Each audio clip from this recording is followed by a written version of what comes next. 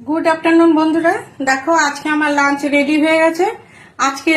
আজকেও স্পেশাল কিছুই রেখেছি। আজকে লাঞ্চে দেখো আছে গরম গরম সাদা ভাত আছে, এখানে হচ্ছে পেঁয়াজ পোস্ত করেছি, কাঁচা লঙ্কা দিয়ে পোস্ত দিয়ে তেল বেশি করে তেল দিয়ে, আর এখানে করেছি মাটন কষা করেছি, এটা মাটন আলু দিয়েছি মাটন কষা, আর রেখেছি পোলাও,